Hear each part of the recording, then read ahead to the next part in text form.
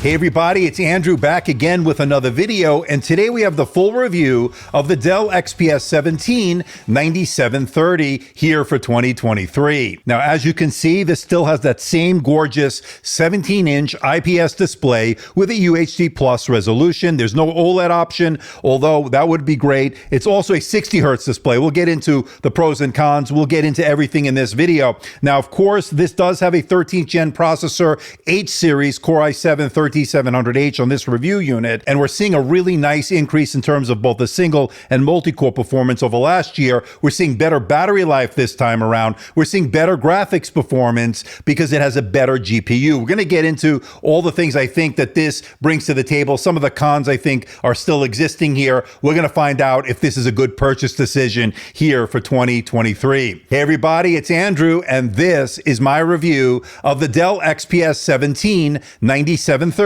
here for 2023. Coming up. Now, before we get to the unboxing, I just want to let everyone know, in the interest of transparency and full disclosure, I'm not being paid by Dell. I'm not being sponsored by Dell. All the opinions you're about to hear are my own. Dell is not getting copy approval. That means you're seeing this video for the first time, just like you. Now, this unit is on loan from Dell, and once this review is done, I'll be sending it back. Now, pricing for the XPS 17 here for 2023 starts at $2,449 over at Dell's website. Now, pricing as configured with the review unit sent over by Dell is $3,349. Yes, I know it's not cheap, but of course, this is Dell's premium flagship here for 2023. It's not perfect. We'll get into the pros and cons, of course, in this review. But for those interested, I'll leave a link in the description below for more information and where you can buy one. Now, for those that don't want to spend over $3,000 for this year's model, Dell is still selling last year's model, the XPS 17 9720. That is a starting price of $1,899. That is significantly less than what you have to pay for this year's model, of course. Again, links for everything will be in the description below. And with the specs and pricing out of the way, let's find out what you get inside the box.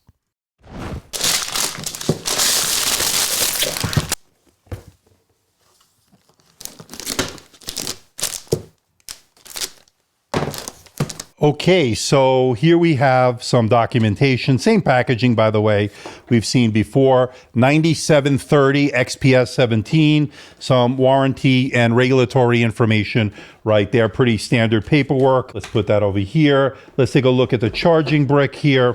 Pretty slim, of course, 130 watts. We've seen this before, and it is USB Type-C. So we've seen that before. And then, of course, you get your power cord right here. As far as what else is in the box, they give you the hub here that gives you the USB-A and HDMI port. And again, it connects via Type-C. We've seen this before. Now, as far as weight is concerned, I measure 2.448 kilograms or 5.4 pounds. And with the power charger, you're looking at a total travel weight of 6.396 pounds or 2.901 kilograms. Okay, let's check out the port selection. We're going to start off on the left side. We get a Kensington lock port, two USB Type-C Thunderbolt 4 ports that are full function, supporting data, charge, and display out. On the right side are two more USB Type-C ports that are full function as well. We like to see that. They are Thunderbolt 4, and a full-size SD card reader, and finally a 3.5 millimeter microphone headphone combo jack. All in all, a pretty good port selection. Notably missing, there's no USB-A, no HDMI, but you do get the dongle in the box. Now, to get inside this laptop, all you need to do is remove the 8 T5 Torx screws, pry off the bottom plate with a guitar pick or a pry tool, and that's it, you're in. Now, once inside, you'll notice the 97 watt-hour battery. We'll get into the battery life as well later on in this review, and you'll notice the two fans for cooling, and you'll notice the vapor chamber cooling. We'll get into the thermal performance also later on in this review. And when it comes to user upgradability, good news here, folks. Upgradable RAM, upgradable SSDs. There are two RAM slots, two SSD slots. Now, as far as that RAM is concerned, you can configure this with up to 64 gigabytes of DDR5 4800 megahertz RAM running in dual channel mode. And as far as the SSDs are concerned, there are 2 slots for you to upgrade here for a total of 8 terabytes of storage, 4 terabytes each. And as you can see from these reads and writes, the included 1 terabyte SSD is showing PCIe Gen 4 SSD speeds here. Excellent reads and writes. This is something we'd like to see here in 2023. Now, as far as wireless is concerned, we're looking at Intel Killer Wi-Fi 6 with a Bluetooth combo card here. It's soldered into the motherboard. It is not upgradable by the user. Now, speaking of that wireless, both have been working well, the Killer Wi-Fi 6. Now, it does support Wi-Fi 6E, but I don't think it has the updated antennas to give you the Wi-Fi 6E signal. So that is something to keep in mind. Hopefully next year, we'll be able to include Wi-Fi 6E, the antennas needed, so you can get better reception. But I've had no issues whatsoever in terms of the Wi-Fi or the Bluetooth. Both have been working flawlessly. Now, as far as the display is concerned, once again, we're given the UHD Plus option here. This is the 3840 by 2400 resolution. It's an IPS display. There's no OLED option like you get with the XPS 15. And it's a really excellent display. And as we saw last year and we're seeing again this year, excellent coverage of the color gamut. It's color accurate. It's everything you want in a panel, especially if you're a content creator that does Lightroom, Photoshop, video editing. It all worked well on this. It's going to be great for things like color grading. That's something we like to see on this kind of panel, of course.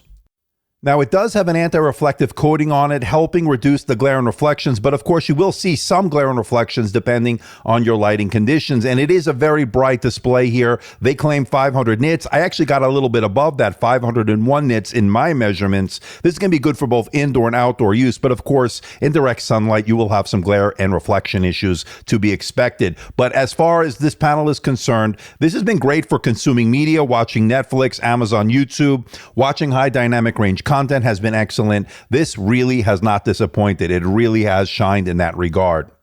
And I also love the fact that this is a multi-touch display. Navigating the OS with your finger, pinch to zoom, has been really nice and a nice convenient feature to have on this. So really good in that regard as well. Now, one thing to note, this is a 60 hertz display when it comes to the refresh rate. No option for a higher refresh rate, say 90 or 120 like we see in other OEMs or other brands. So that's something that I would like to see next year as an option. Give us an option for a higher refresh rate. That would be great, especially a dynamic refresh rate that will switch between the lower and the higher as needed. That would be great as well. Now, there is no OLED option like you get on the 15-inch, of course, but as an IPS display, this is probably one of the best, if not the best out there in terms of the quality, the clarity, everything you'd want in a panel is here. And there's no doubt about it, this panel is one of the stars of the show here. So this is the camera on the Dell XPS 179730 here for 2023. And unfortunately, once again, we get a 720p camera here. It is an IR camera. That means you can log in with face recognition with Windows Hello. The power button also doubles as a fingerprint scanner. But to say that I'm disappointed is an understatement. I would like to see a 1080p at a minimum here, especially in 2023, where hybrid working or working from home has been a premium for a lot of people, and they want to be able to have good clarity in terms of the video, in terms of the audio. So a little disappointing in that regard. Now, as far as a 720p camera is concerned, it's certainly fine. It's actually good for a 720p camera. But again, the minimum should be 1080p. That's just my 2 cents. But I want to know what you think. Let me know in the comments section below.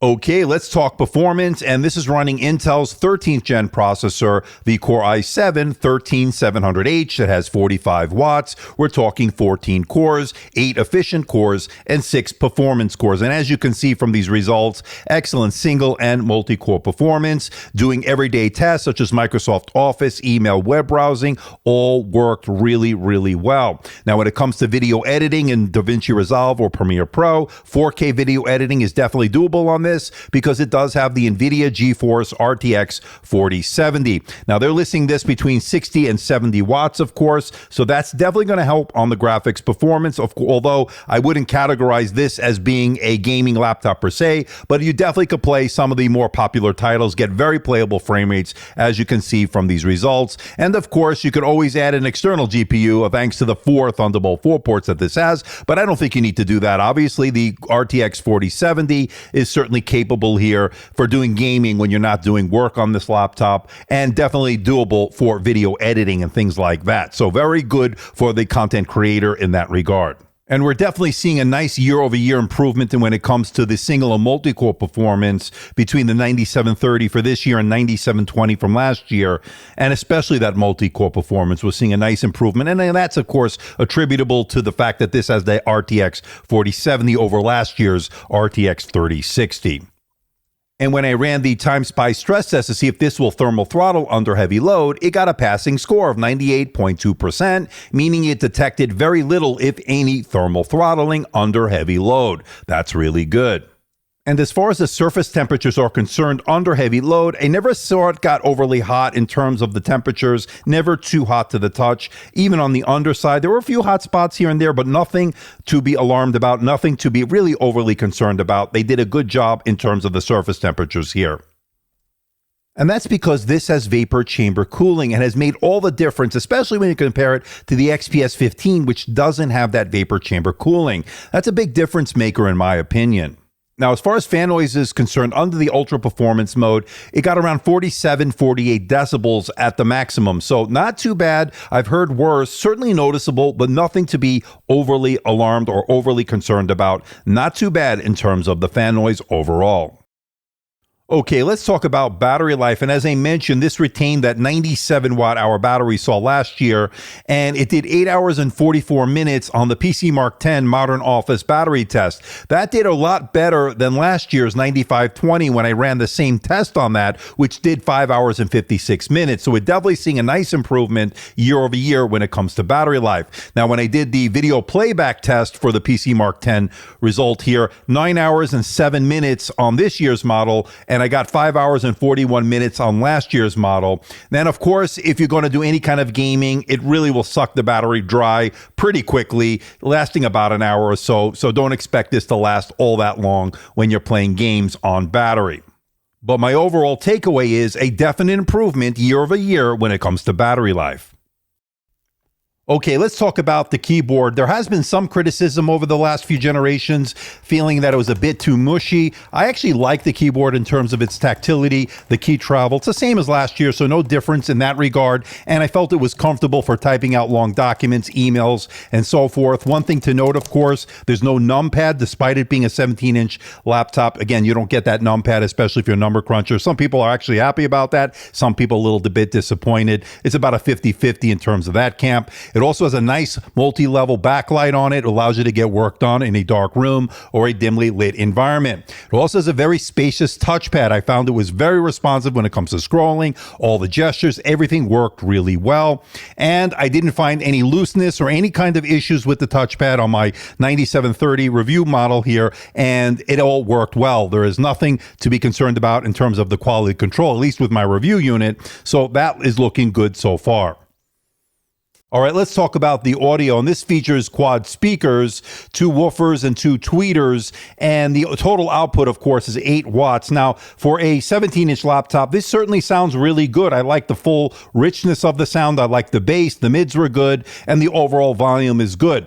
However, when you compare it to the MacBook Pro 14, I don't have the 16 here, but I have the 14. I think the 14 outperforms the XPS 17, even though it is smaller. They seem to have the best speakers on a laptop. I really, really do like them. But of course, you be the judge. You let me know what you think in the comment section below. Now let's give them a listen.